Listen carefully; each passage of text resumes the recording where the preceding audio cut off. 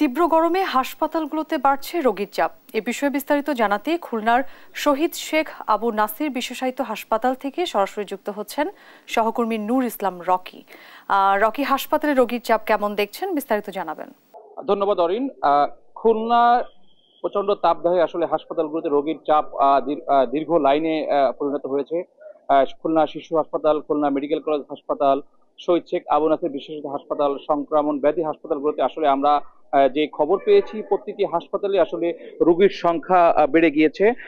আমরা যদি আপনাকে জানাই রাখি যে খুলনায় কিন্তু গত এক সপ্তাহে 40 থেকে 41.2 ডিগ্রি সেলসিয়াস পর্যন্ত তাপমাত্রা এগিয়েছে। এতে কিন্তু আসলে নিম্ন পেশাজীবী আয়ের যে মানুষ তাদের কিন্তু আসলে কষ্ট বেড়েছে, তাদের আয়ের যে পরিমাণ সেটাও আসলে কমেছে। এর পাশাপাশি বিশেষ করে এই প্রচন্ড তাপদাহে ছোট শিশু থেকে শুরু করে বৃদ্ধ বয়স যারা আছে তারা সকলেই কিন্তু অসুস্থ হচ্ছে।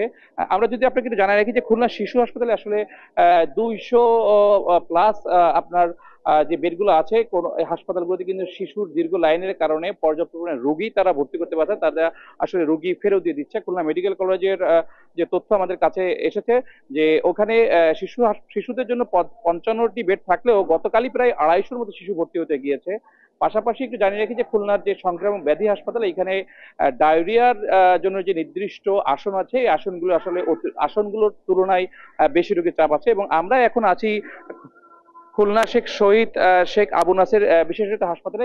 এইখানে এসে আমরা যেটা দেখতে পাচ্ছি যে বহির্বিভাগে রোগীর সংখ্যা কিন্তু বেড়েছে এবং চিকিৎসকরা আমাদের যেটা জানিয়েছে যে ছোটখাটো বিভিন্ন কারণে কিন্তু রোগীর সংখ্যা বাড়ছে। এবং এইখানে যেহেতু এটা বিশেষায়িত হাসপাতাল, এইখানকার যে কিডনি বিশেষজ্ঞ যারা আছে তারা আমাদের জানিয়েছে যে এই গরমে কিন্তু যারা কিডনিতে আক্রান্ত তাদের কিন্তু বেশি সমস্যা হয় এবং এইখানে কিন্তু কিডনি রোগীর যে সমস্যাটা তারা দেখতে পাচ্ছে যে গরমের কারণে তারা বেশি অসুস্থ হয়ে পড়ছে এবং তাদেরকে সুচিকিৎসার জন্য ডাক্তাররা চেষ্টা করে যাচ্ছে।